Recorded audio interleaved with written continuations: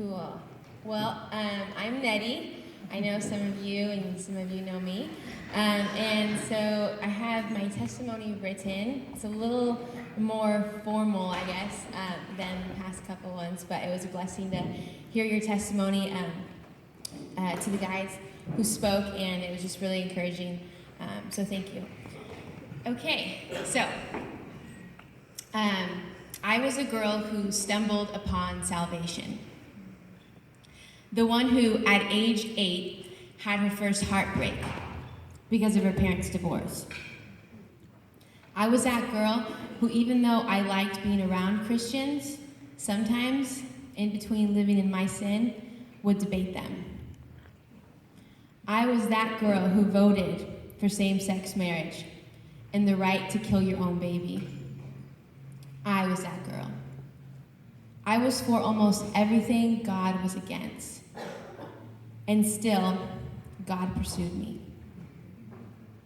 I was kind of a sweet rebel, not too out there, but still wicked enough. In the world's eyes, I was a pretty good person. But in reality, I was living in darkness and on my way to hell. As I look back on those days, I see God's great love in drawing me to himself even then.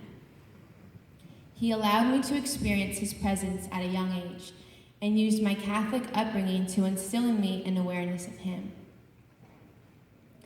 Throughout the years, God placed friends in my life who invited me to different Christian churches. My childhood best friend gave me my very first Bible that I don't remember ever opening as a teen. It wasn't until one day in December 2012 that God saved me.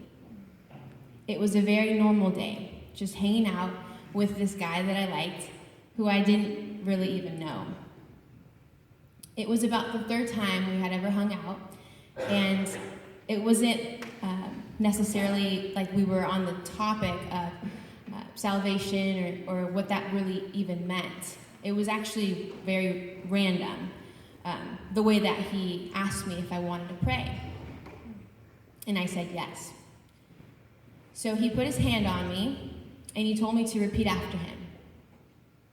I didn't know it then, but what I prayed that day was a sinner's prayer. I, a sinner, prayed God would forgive me of my sins.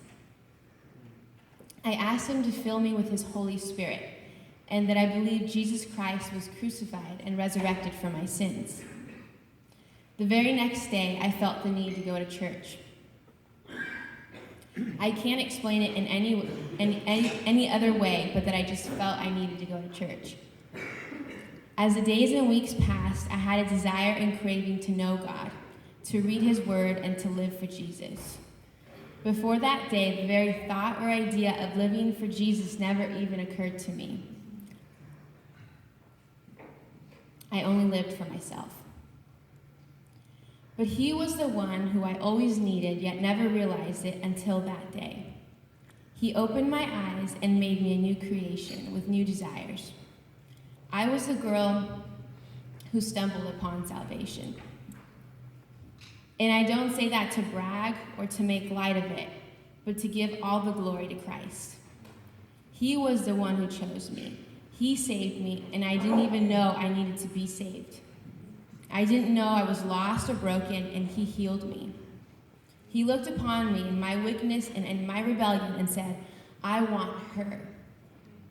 As I said those words that day, I had no awareness of what I was really saying to him.